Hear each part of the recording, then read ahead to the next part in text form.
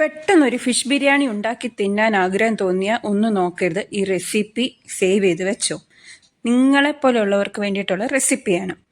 അതായത് ഇപ്പം ആഡംബരമായിട്ടും ആർഭാടമായിട്ടും ബിരിയാണി ഉണ്ടാക്കാൻ മടിയുള്ളവർക്ക് തയ്യാറാക്കാൻ പറ്റിയ നല്ല അടിപൊളി ടേസ്റ്റി ബിരിയാണി. അപ്പോൾ നമുക്ക് തുടങ്ങാം. ഇത്രയും സാധനങ്ങളെ പരിചയപ്പെടുത്തേണ്ട ആവശ്യമില്ലല്ലോ. കാഷ്യൂനട്ട്സും റൈസിൻസും ഒക്കെയാണ്. ഈ എസൻസുകളും ബിരിയാണി മസാലയൊക്കെ നമുക്ക് ഓപ്ഷനാക്കി എടുക്കാം. പിന്നെ ഗരം മസാലകൾ അതും നമുക്ക് ഓപ്ഷനാക്കിയെടുക്കാം. എന്തായാലും കൺഫേം വേണ്ട സാധനങ്ങളൊക്കെ ഇതൊക്കെയാണ്: തക്കാളിക്ക, സബോള, മല്ലിയില, കറിവേപ്പില. പിന്നെ ഈ മീൻ നമ്മൾ ഇന്ന് എടുത്തിരിക്കുന്നത് വറ്റയാണ്. നന്നായി കഴുകി വെട്ടി വൃത്തിയാക്കി ഉപ്പും മുളക് പൊടിയും കുരുമുളക് പൊടിയും തേച്ച് പിടിപ്പിച്ച് വെച്ചിരിക്കുകയാണ്.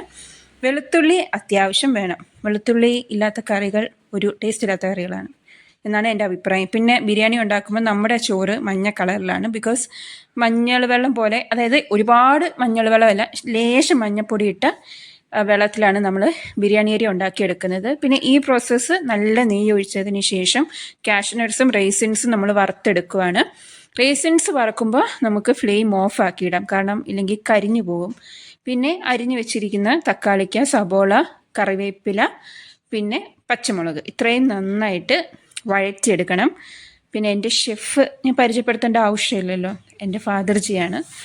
ഇത് ഫാദർജിയുടെ മാത്രമായിട്ടുള്ള ബിരിയാണിയാണ്. അപ്പോൾ നമ്മുടെ മീൻ തേച്ച് പിടിപ്പിച്ച് വെച്ചത് വറക്കാനായിട്ട് വെക്കണം. മുന്നേ പറഞ്ഞല്ലോ, ബിരിയാണി മസാല ഓപ്ഷണൽ ആയതിന് പകരം ഉപ്പ്, മുളക് പൊടി, മഞ്ഞൾപ്പൊടി ചേർത്ത് നമ്മുടെ ചതച്ച് വെച്ചിരിക്കുന്ന ഏലക്ക, ഗ്രാമ്പു, കറുവാപ്പട്ട, പെരിഞ്ചീരക നമുക്ക് മിക്സ് ചെയ്തെടുക്കാം.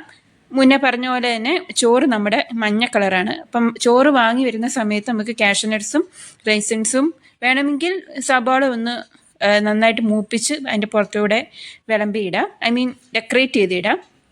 ഒടുവിലായിട്ട് നമ്മുടെ മസാലക്കൂട്ടൊക്കെ നന്നായിട്ട് വഴറ്റി വരുമ്പോൾ നമ്മുടെ വറുത്ത് വെച്ചിരിക്കുന്ന ഫിഷും കൂടെ ചേർത്ത് ഇതുപോലെ ആക്കി വെക്കാം. ഇത് നമ്മുടെ ബിരിയാണിക്ക് ചള്ളാസ് എടുക്കലാണ് കേട്ടോ. ചള്ളാസ് ഉണ്ടാക്കാൻ എല്ലാവർക്കും അറിയാലോ, പ്രത്യേകിച്ച് അത് പറഞ്ഞു തരേണ്ട ആവശ്യമില്ല.